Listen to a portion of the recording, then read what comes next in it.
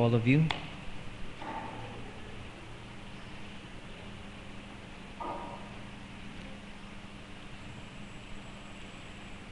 So once again, it's our family month.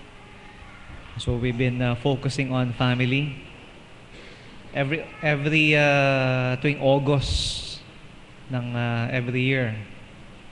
So nagkakaroon po tayo ng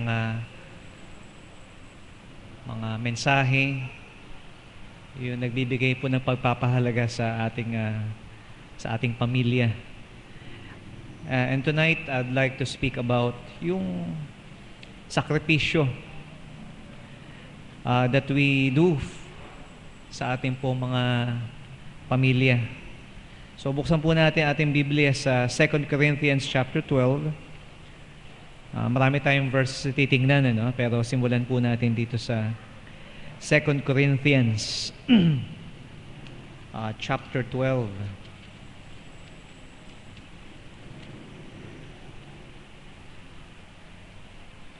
Verse 14. Okay? 1 Corinthians chapter 12, verse 14.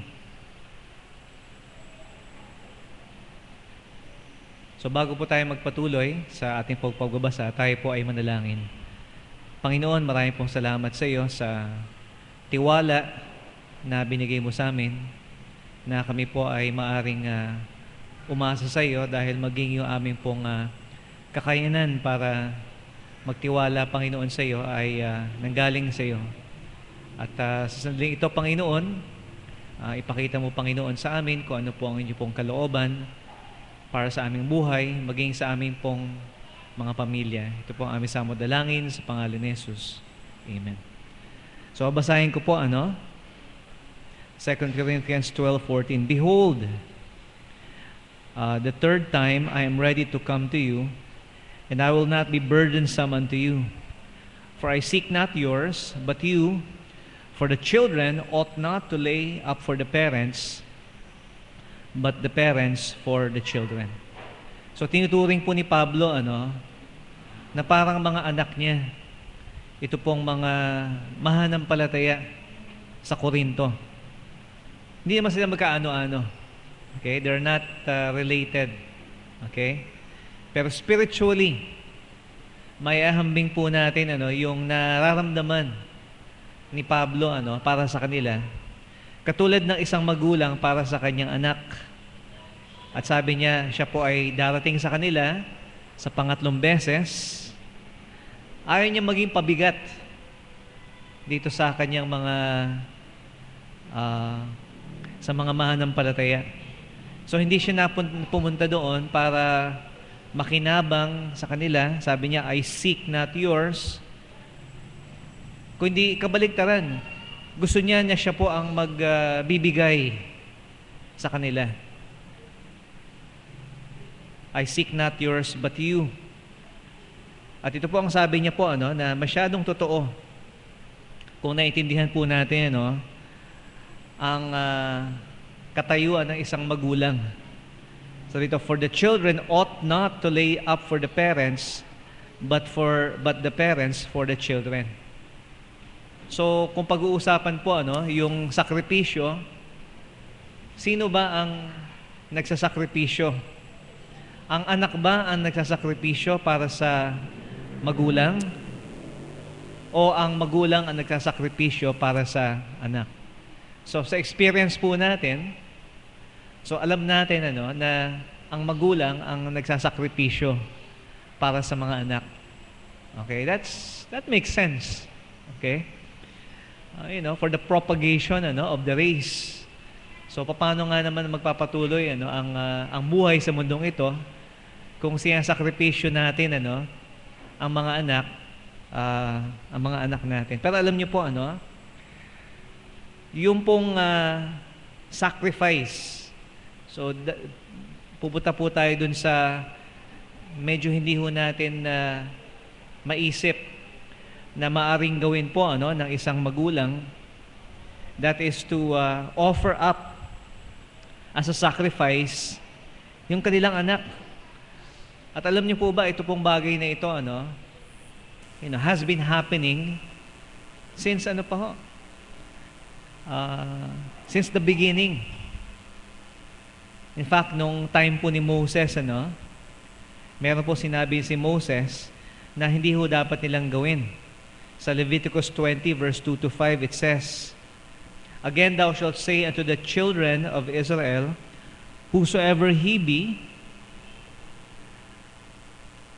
of the children of Israel, or the strangers that sojourn in Israel, that giveth any of his seed unto Molech, he shall surely be put to death. The people of the land shall stone him with stones." Verse 3, "And I will set my face against that man, and I will cut him off from his people, because he hath given his seed unto Molech, to defile my sanctuary, and to profane my holy name."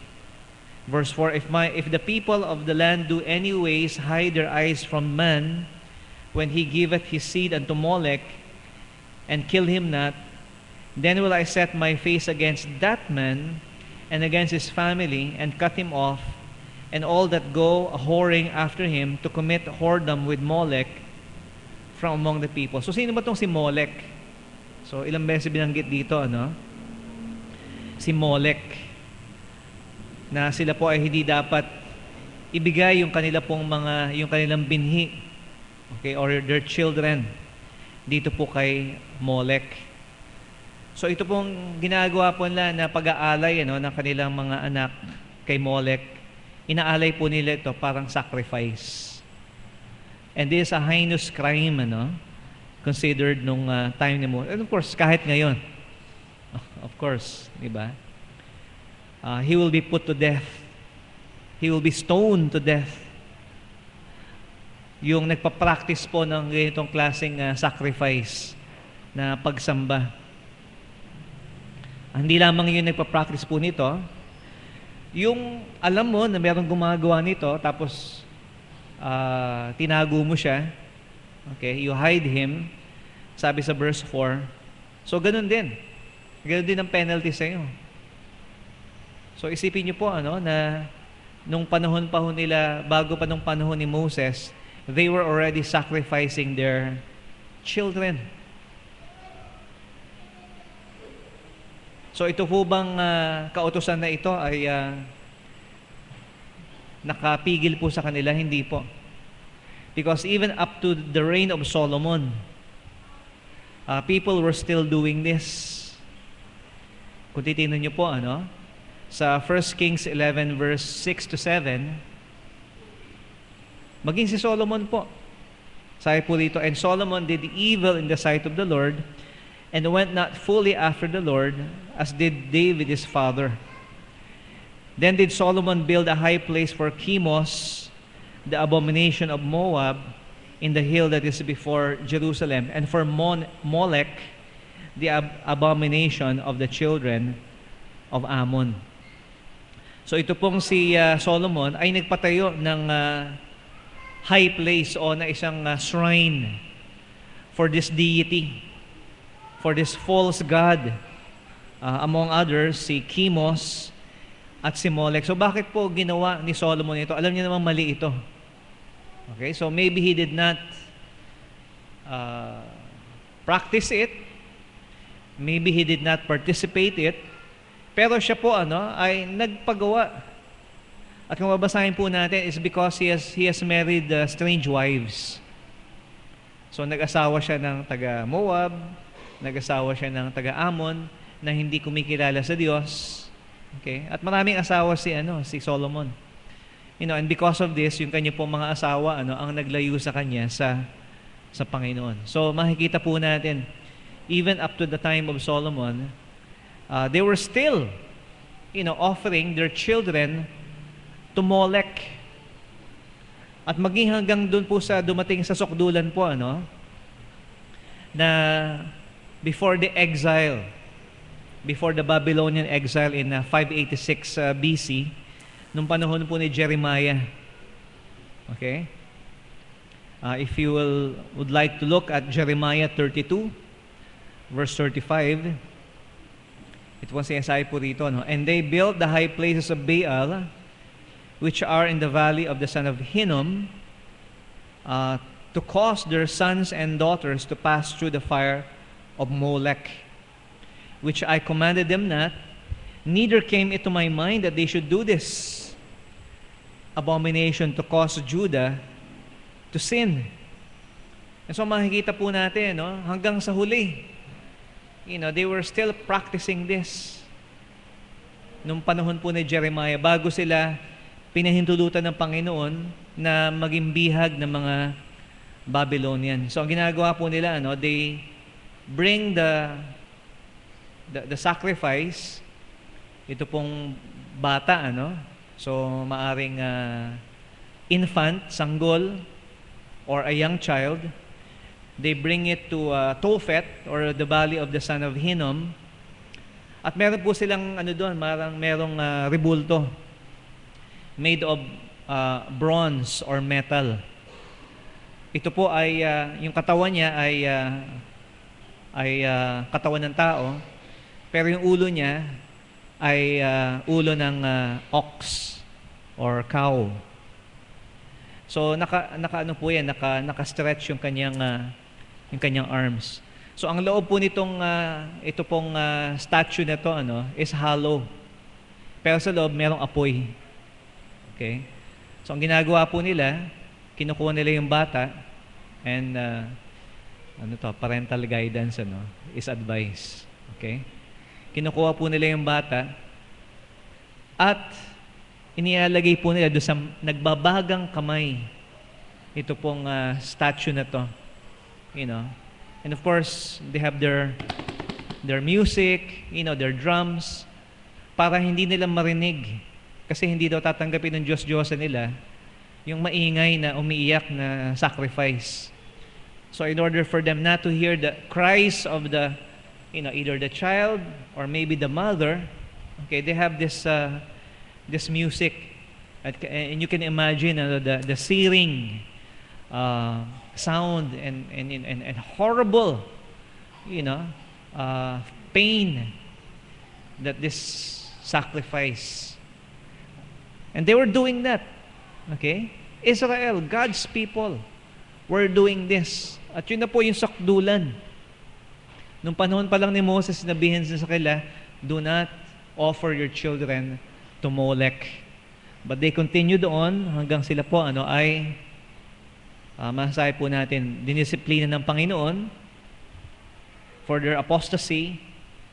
And the exile had ended the practice of child sacrifice. So pagkatapos po ng 70 years na sila po ay mabihag sa Babylon, pag balik po nila, they were cured. No more did they have any of this child sacrifice. And in fact, idolatry, totally. Talagang hindi na sila, ang Israel po, talagang hindi na nag-worship sa idols. Pero makikita po natin, that was the kind of idolatry, that they practice. And why did they do this? Okay? Bakit ang mga magulang, ginagawa po nila, na inaalay nila, maging yung panganay nilang anak, to this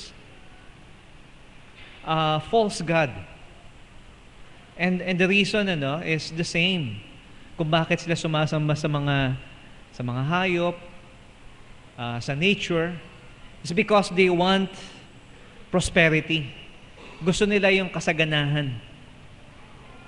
So isipin niyo po, mga minamahal, na sila po ay sinasacrifice nila yung mga anak nila.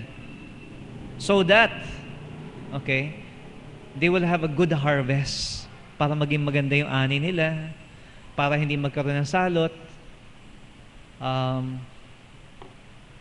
In other words, for prosperity, and success. So, mahirap po isipin. Maging ang sabi ng Panginoon, maging sa Kanya po, neither it came to my mind that they should do this. Okay, so, that is just an expression. Of course, alam ng Panginoon ang lahat ng bagay na mangyayari. Pero this is just an expression na Di ba? Hindi ko naisip na maaari niyong gawin itong bagay na ito. Na isa-sacrifice nyo yung inyong sariling mga anak. And dumating po sa sukdulan, that the Lord even, warned them that their apostasy, that their idolatry, will even lead them, to cannibalism. Okay? So, cannibalism. Ano ba yung cannibalism? Yung kumakain ng tao. Okay? So, once again, excuse me. Okay? In Deuteronomy 28 verse 53, God foretold that this would happen. Okay? And thou shalt eat the fruit of thine own body, the flesh of thy sons and thy daughters, which the Lord thy God hath given thee in the siege and in the straitness wherewith thine enemies shall distress thee. So ang konteksto po rito, they will be under siege, sobrang gutom nila, okay? Na naisip nila na wala na silang makain at titingnan nila yung anak nila. Meron na akong lulutuin mamaya. Okay?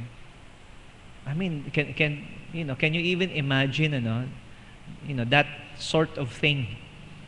Even in the animal world, I don't think that is even common na, di ba? Kainin ng nanay, o ng magulang yung anak nila. Okay? Although iba sa inyo talagang palay ko, mabubusog ako, kung sakali. Okay? Pero makikita po natin, this was foretold, it did happen, okay, in Israel,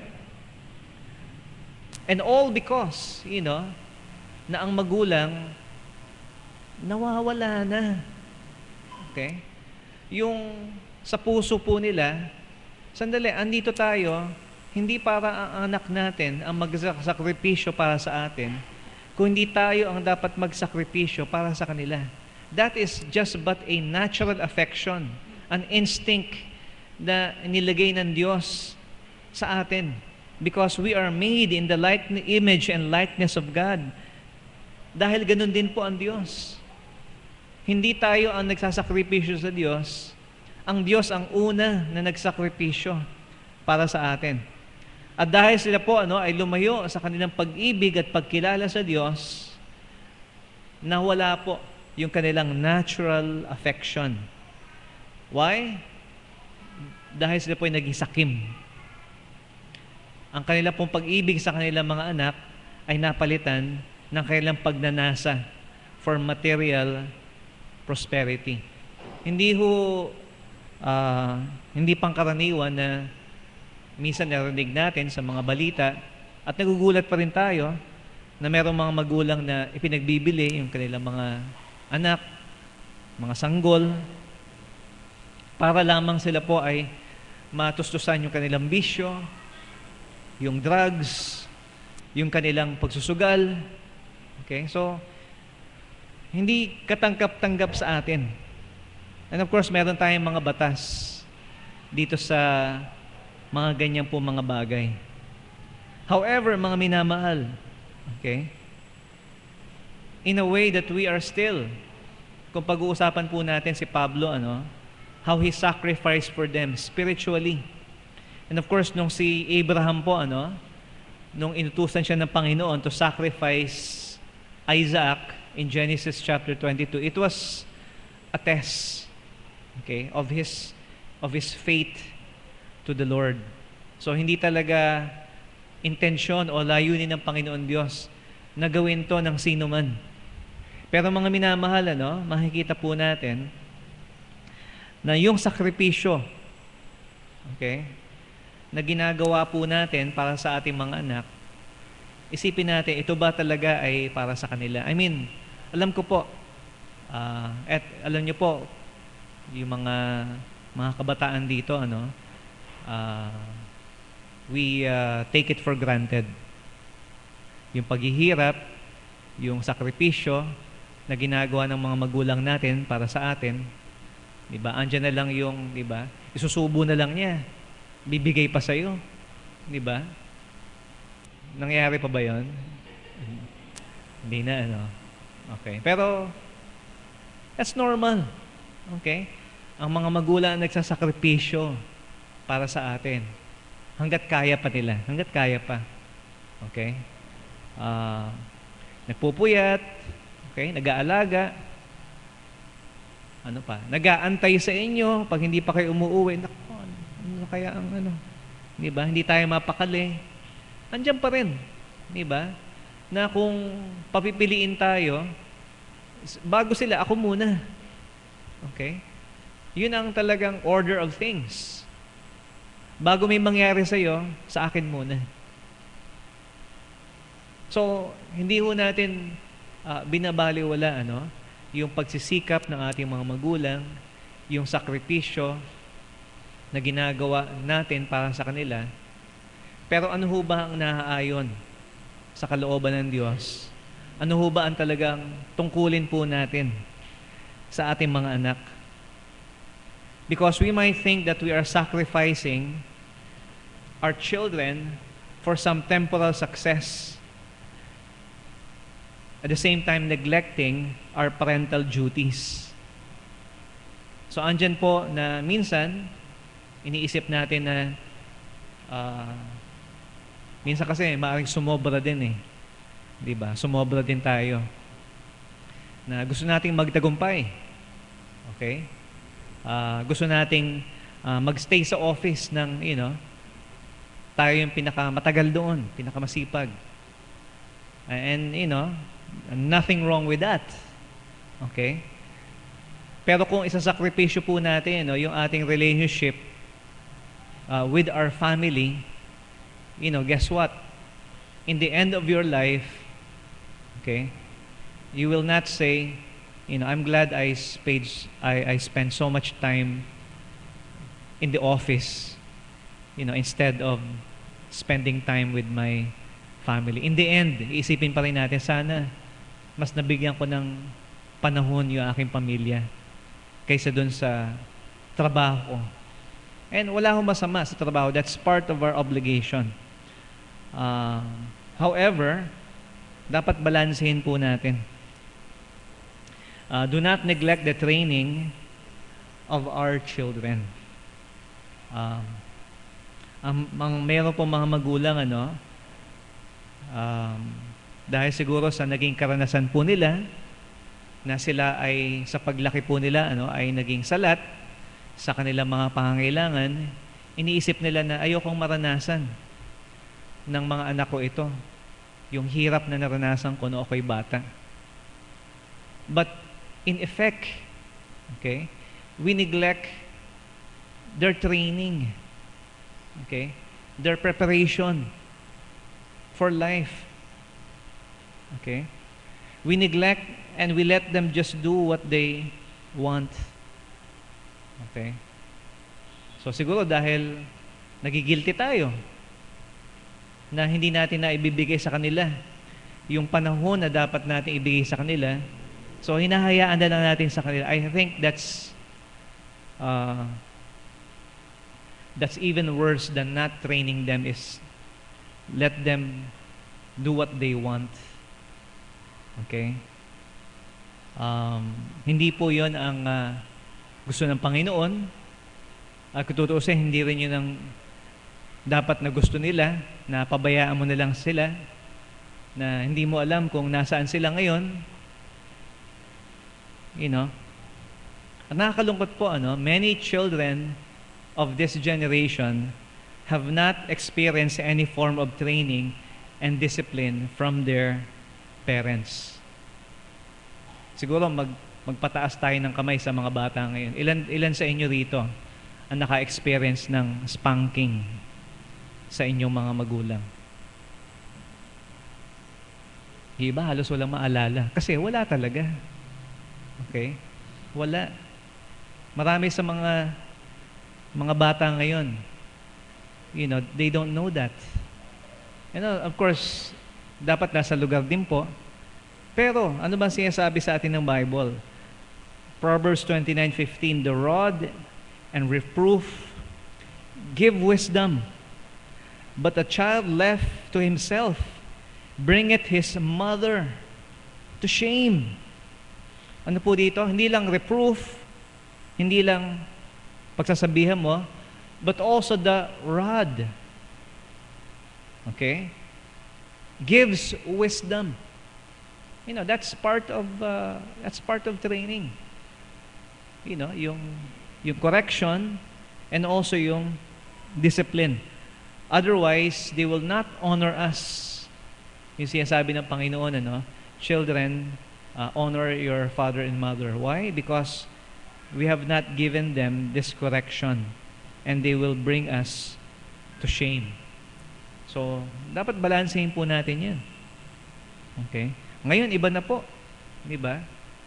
Ang mga anak na ang sinisigawan nila, yung mga magulang nila. They yell at their parents.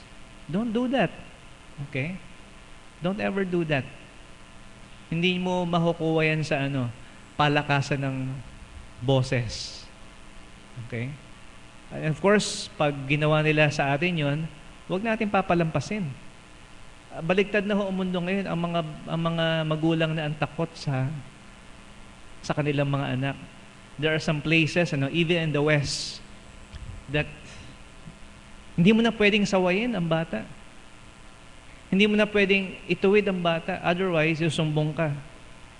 Okay? Matapang ang mga bata, malakas ang loob. Alam nila na meron daw silang karapatan. And pag ginawa mo sa akin ito, if you pag tinaas mo yung boses mo sa akin, diba, susumbong kita. And I've heard some people in other country get arrested. Okay? Aarestuhin ka muna pag may narinig na ganon at doon ka na magpaliwanag sa presinto. Sana hindi pa naman nangyayari sa atin yon, pero nakakalungkot din na hindi natin ginagawa. Okay? Takot na tayo, hindi natin ginagawa yung bagay na dapat natin gawin. And so, is that the kind of sacrifice that we should? No. We are, just like in the old times, spiritually we are sacrificing our children, by not fulfilling our parental duties to them. And what is the most important? Ang pinakamahalagang utos po ng Panginoon sa Deuteronomy